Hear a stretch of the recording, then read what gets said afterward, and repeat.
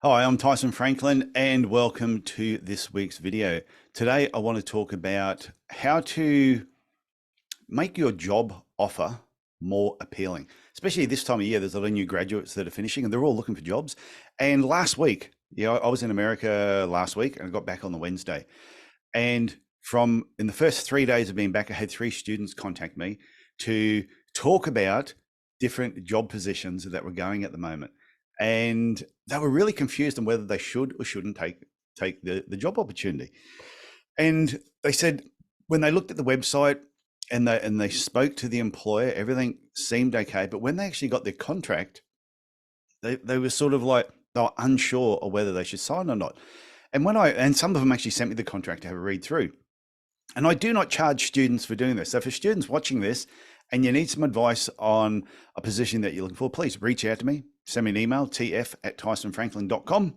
And yeah, we'll have a bit of a chat. But what this video is aiming at is the employer. I think it's really important if you want to attract the right person to your team is to evaluate your clinic and have a really, really clear understanding of the type of patients you're seeing. From what percentage of MSK patients are biomechanical? Do you do a lot of sports patients? Do you do other therapies, shockwave, low-level laser, other types of treatment? What is your percentage of routine foot care? If you're doing nursing homes or out-of-town visits, what percentage is that entailed in the job that you're offering? And I think if you actually put this information in the job offer, you will find the right person will match to it. So I'll give you a perfect example. Some of the students I've spoken to recently, one particular student said, I don't like MSK stuff. It just doesn't float my boat, understands it, but isn't really interested in it. And they said, if I could just do routine foot care majority of the time, I would be really happy. Another student said to me, I don't particularly like routine foot care. If I was doing MSK work majority of the time, I would be really happy. And I actually said to her, what percentage would be ideal? She went, oh, 50-50 would be fantastic. Yeah, MSK to routine foot care. But if it's 60% MSK or more, that would be even better. But there's some students out there and recent graduates here, they don't mind if it's 20%, they don't mind if it's 10% MSK, but they want to know this before they take the position, because there's some jobs you'll see them offered and it says, we cover all aspects of podiatry. But really, what does that mean? I know all aspects of podiatry, but if you can break down the percentage and the person looking at your position goes, oh, okay, 20% MSK, 20% other therapies, 60% routine. If they see that and they go, oh, that sounds like the sort of job I want to do, because I want to do all aspects of podiatry, but they don't want to be doing 99% routine foot care. So if they come to if they approach you for that particular job, there's going to be a good match there. And if the job lives up to what was in the ad, then you're going to have a fantastic relationship.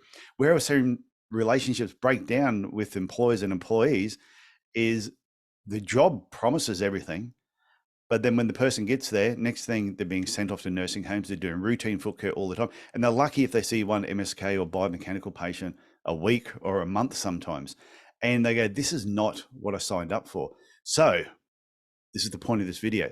Evaluate your clinic, do a breakdown of the type of patients that you're seeing. Now, if your clinic is 95% routine foot care, then put that there, because there will be podiatrists that are looking for that position. Now, if you say it's all aspects of podiatry, but you know deep down it's 95% routine foot care, and you employ someone who thinks it's not that much, then they're going to be looking for another position fairly quickly, and they're not going to stay. Whether it's a 12-month contract or a 2-year contract, they're either going to leave early, they'll find an excuse, or they're just not really going to be enjoying the job. And you'll wonder why they haven't bought in to your particular practice. They're not part of the culture of your particular clinic. So take that on board, evaluate your clinic, break it down, put that information into the job offer, and then let the right employees see that job offer, and then you'll get the perfect match. And I tell you right now, an employee who gets the job that was actually offered is going to stay a lot longer. It's the same thing. If you say that you offer mentoring, then offer mentoring. Don't put it in the job offer, say you do it, but then you don't do it. Now, there's a whole pile of other aspects that I think you should or should not put in a job offer, and that can make it more appealing. And if you ever want to talk to me about it, please reach out. Send me an email, tf@tysonfranklin.com. Always here to help. And if you're a student and you're looking at a job offer at the moment and you're not sure whether you should take it or whether you shouldn't, reach out to me. Same thing, just send me an email, tf@tysonfranklin.com. And yeah, we'll have a bit of a chat. Like I said, spoke to 3 students just last week, and all of them had different concerns about the positions that they were sort of talking about. I hope you get something from that. If you're enjoying these videos, please click the subscribe button, which should be down here in the corner, and you won't miss any videos when they come out. And please tell your podiatry friends that these videos exist.